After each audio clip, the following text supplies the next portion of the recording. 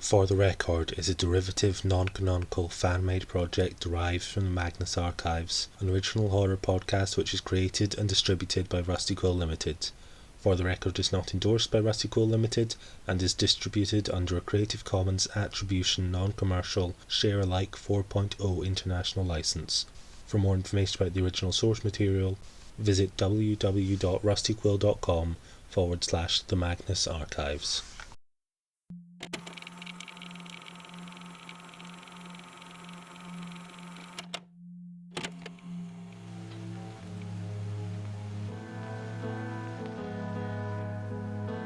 For the Record, Episode 4, Atlas.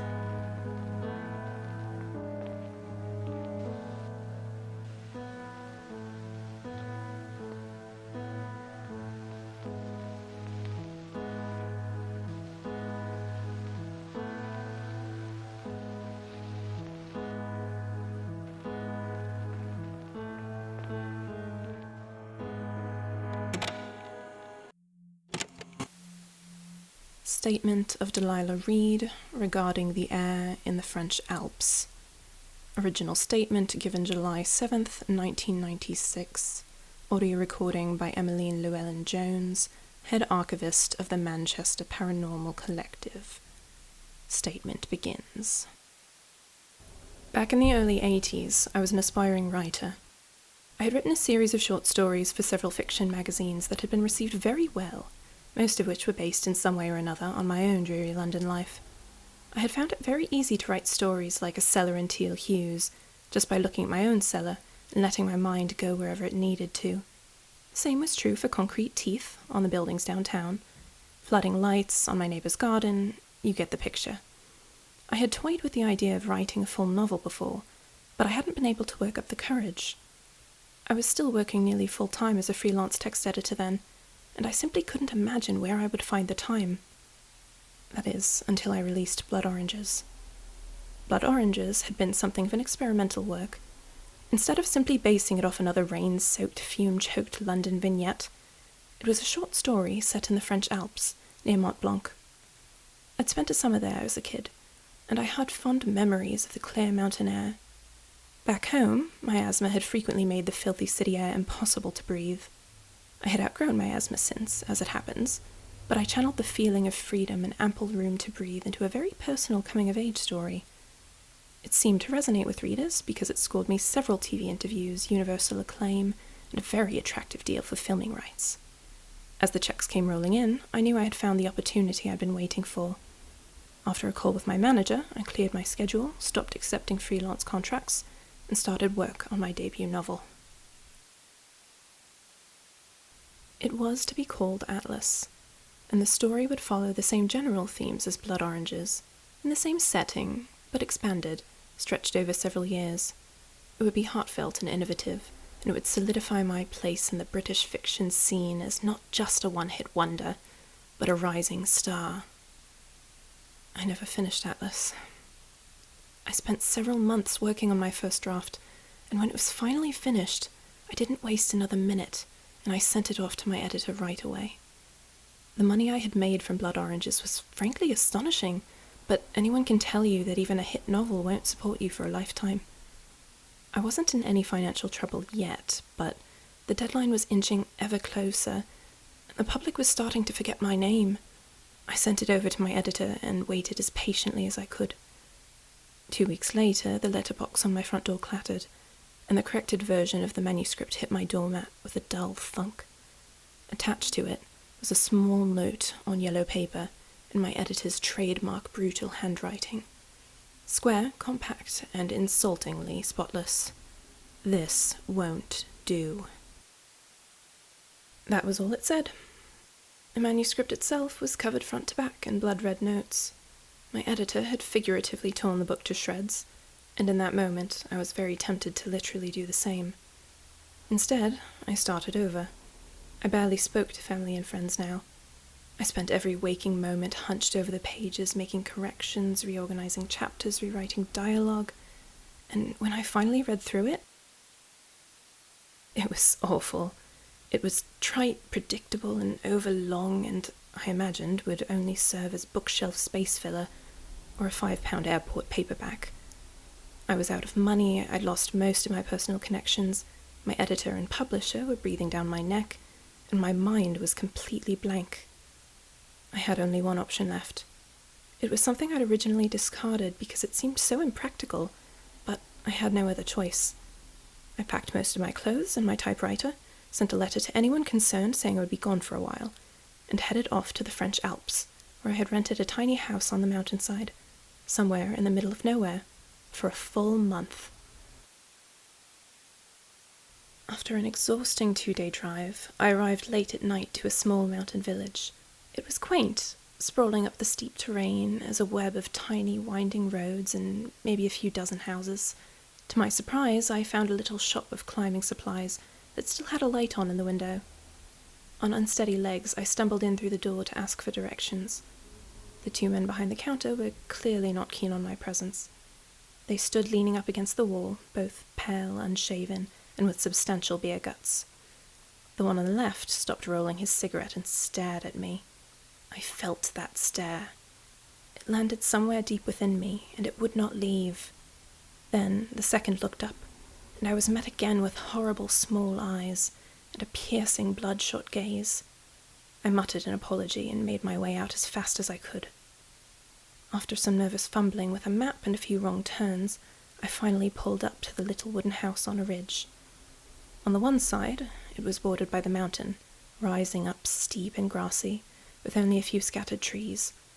On the right was a steep drop of about 10 meters down to the road I'd taken to get here. Further down lay the village. No lights burned there now. The house had 2 floors.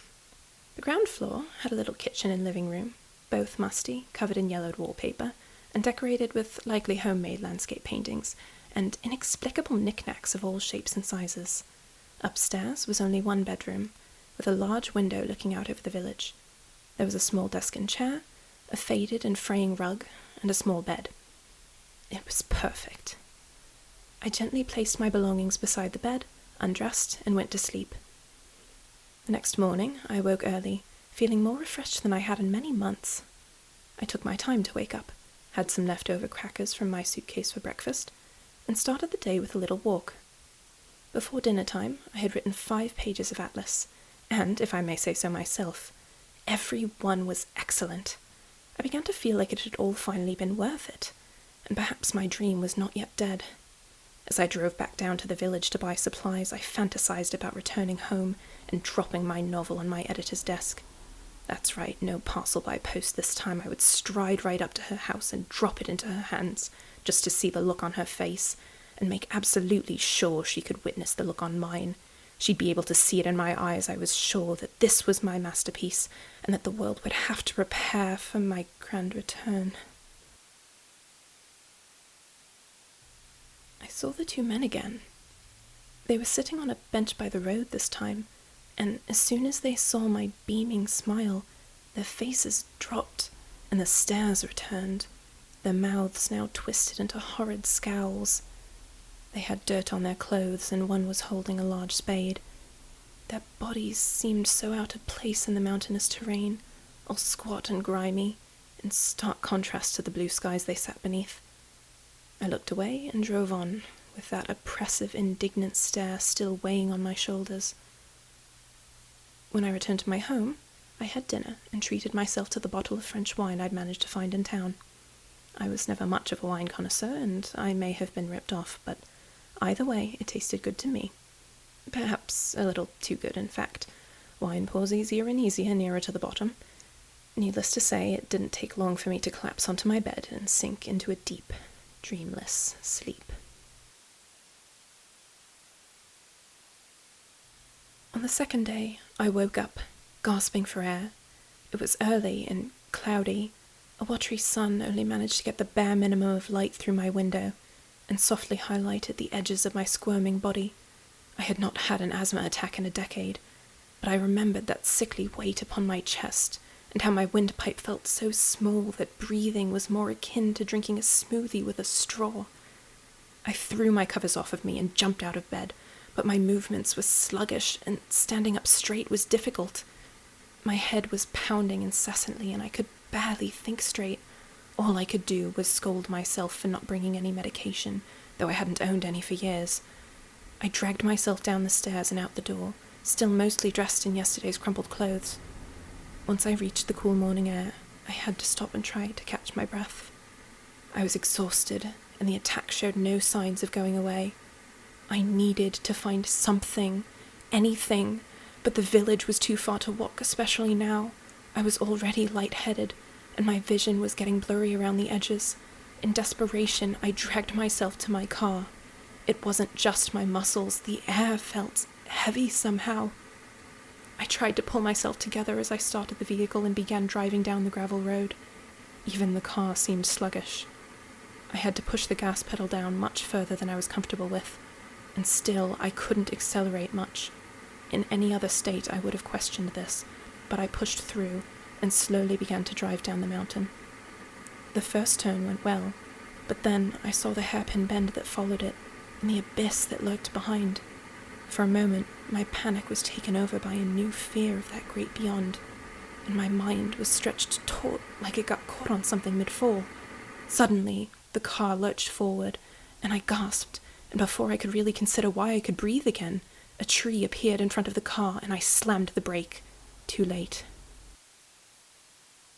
I was unharmed, but the car was wrecked. I walked the rest of the way to the village, where I convinced a shopkeeper to call a tow truck. From the other side of the street, the two men stared at me. I knew now what their stares meant. They weren't prying. They didn't care to know me. They just wanted to push me down. Worse than those eyes was what the men were doing as they relentlessly gazed upon me. One was filling up a hole in the ground. He took a shovel full of dirt from a mound, cast it into the hole, and tamped it down with such anger and ferocity that I felt I was witnessing a murder. Then he moved back to the mound and repeated the malicious cycle. The other did not join. The other just smiled. I couldn't go back to London. I wasn't going to let a single asthma attack ruin my one shot at stardom.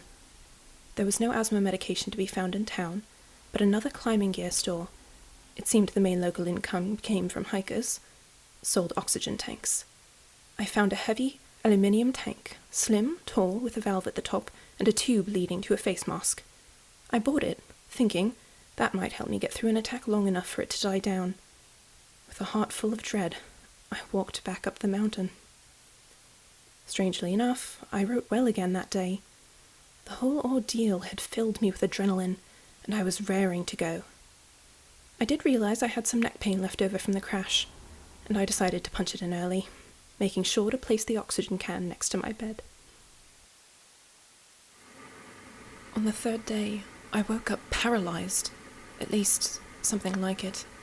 There was a weight on my whole body, like I'd been buried in an avalanche, and breathing felt like sucking water out of a moist rag. I unhinged my jaw and flexed my whole body to force some oxygen into my lungs. I pulled and pulled on my limbs to try and move around, but the air was like thick paste.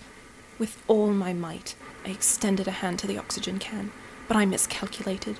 I hit the can and tipped it over, but instead of falling to the ground with a crash, it slowly floated down until it finally hit the floor with a quiet tink.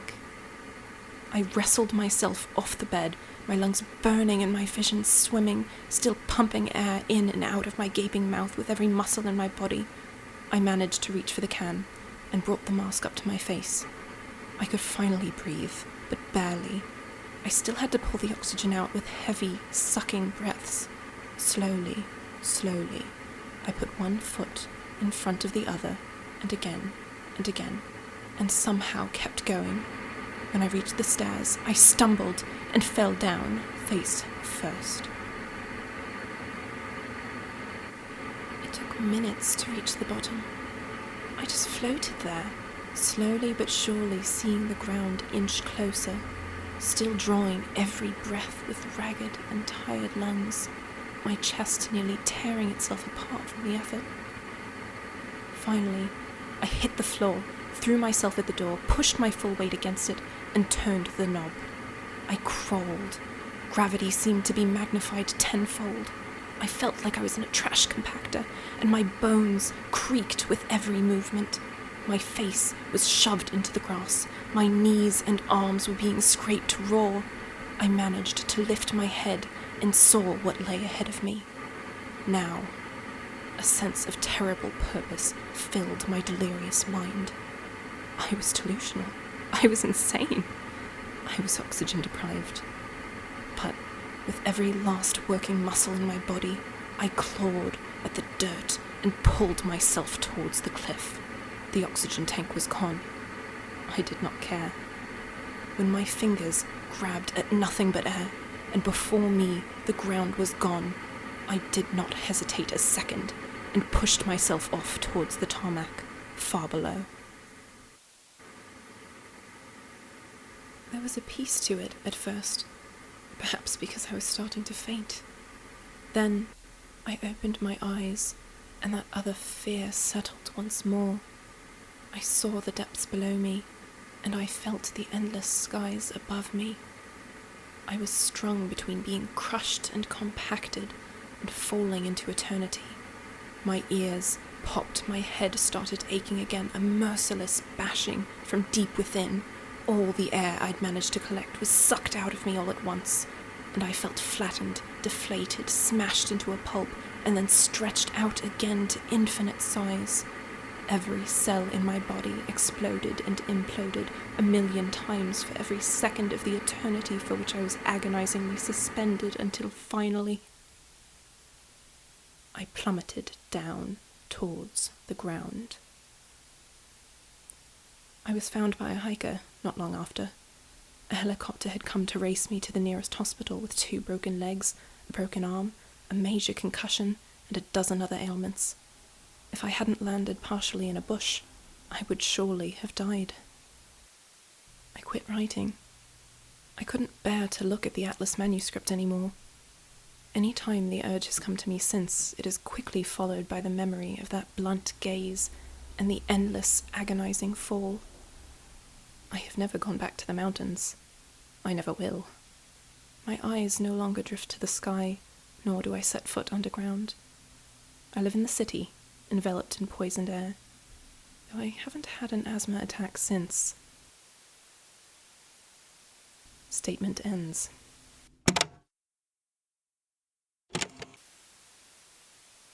Accompanying recording to case number 9960707, Emeline Llewellyn-Jones, head archivist, and Sophie Crighton, archival assistant, discussing the statement of Delilah Reed. For the record, Miss Crighton, you supervised research into this particular statement? That's right, together with India. That is, India Hadnell, head of research. Right, yeah, sorry. You are forgiven. Now, if you would please summarize your findings. Okay, so... India tracked down a copy of Blood Oranges. It's basically impossible to find anything about it online except for a stub wiki page and a short grainy clip of an interview on some defunct late night show, but it definitely existed. Barty says she probably way overstated how popular the story was, though, especially considering it's not very good. That is Barty Zerio, the collective's bookkeeper? Right, him. Anyway, we don't exactly think Miss Reed was lying in her statement, but we might want to be a bit careful in analyzing it very literally. Noted. We don't exactly know where she was either. We spent all last Thursday staring at maps together, but we ended up with about 9 likely candidates, so Wendy said sought it, Miss and... Crighton, I'll thank you to maintain professional composure on the record and avoid profanity. My apologies. Apologies accepted. Carry on. Okay, next item. Oh, we found no mention of the 2 staring men anywhere else in our archives, but we figured they could be avatars You of the... know of my Right? distaste for Smirk's list. Actually, we think that theory might be relevant at this time, ma'am. Elaborate. Well, the 2 times Delilah managed to escape the heavy air, she mentioned some kind of vertigo, right? India came up with this theory that maybe 2 opposing forces were acting on her, and, I just thought you might want to... I will consider it. If true, that would possibly be cause for some reevaluation of earlier statements. Ma'am, do you think we should inform London? I don't see why this is their business at all, Miss Crighton. I'm sure they're busy enough with whatever nonsense they manage to get themselves involved in. Now, have you contacted Miss Reed? It appears she passed away a few years ago of a heart attack. I see. Then you may close the investigation. Thank you, Miss Crighton. End recording.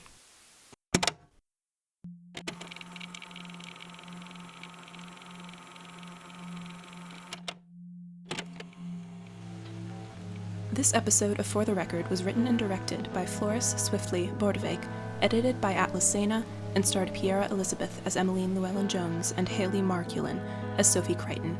It used sounds from freesound.org under a Creative Commons Attribution Non-Commercial license. For full accreditation, see the show notes. To be kept up to date on new episodes, submit your statement, or to get involved in production, you can follow us on Twitter at FTRecordPod, on Tumblr at ForTheRecordPod, or view our website at fortherecordpodcast.co.uk. Stay safe, take care, and keep breathing.